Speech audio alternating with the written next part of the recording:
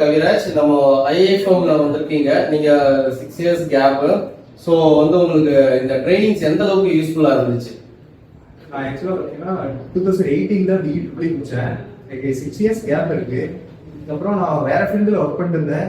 இப்போ திரும்ப நான் எலக்ட்ரிக்கல் ஃபீல்டுக்குள்ள போகணும். ஏன்னா பழைய ஒர்க் பண்ணிருந்த டெக்ஸ்டைல் ஃபீல்டில் க்ரோத் இருக்காதுன்னு சொல்லிட்டு நான் எலக்ட்ரிக்கல் ஃபீல்டுக்கு போகணும்னு முடிவு பண்ணி தான் இங்கே வந்தேன்.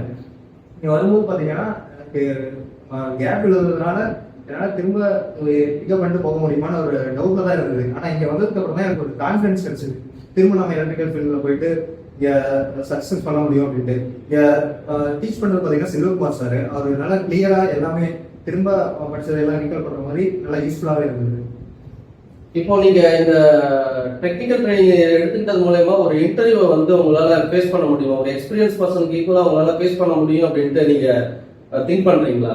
கண்டிப்பா. என்னால திரும்பவும் எக்ஸ்பீரியன்ஸ் பர்சனுக்கு ஏற்ற மாதிரி இந்த 15 days ப்ரோக்ராம் வந்து பார்த்தீங்கன்னா ரொம்ப யூஸ்ஃபுல்லாகவே இருந்தது. கண்டிப்பா அந்த கான்ஃபிடன்ஸ் வந்துருக்கு. ஓகே, ஸோ உங்களுடைய ஃபியூச்சர் கோல் என்ன?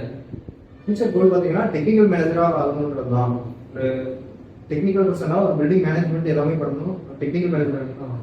ஓகே, இப்போ ஒரு டெக்னிக்கல் மேனேஜர் ஆகணும்னா எல்லா ஃபீல்ட்லயும் காம்படிஷன் ஜாஸ்தி இருக்கு. இந்த ஃபீல்டோட காம்படிஷன்ஸ் எப்படி இருக்கு உங்களுக்கு? இது வந்துட்டு உங்களுக்கு எல்லா இடத்துலயும் இருக்கக்கூடிய ஆப்பர்ச்சுனிட்டிஸ் இருக்கா இல்லையாங்கிறத நீங்க வந்து அனலைஸ் பண்ணிருக்கீங்களா?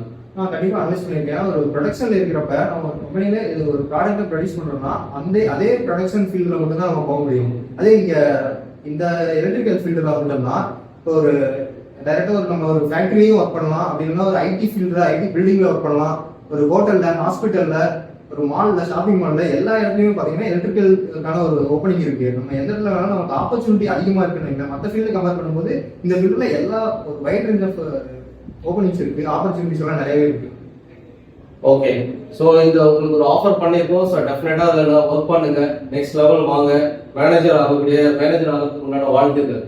தேங்க்யூ.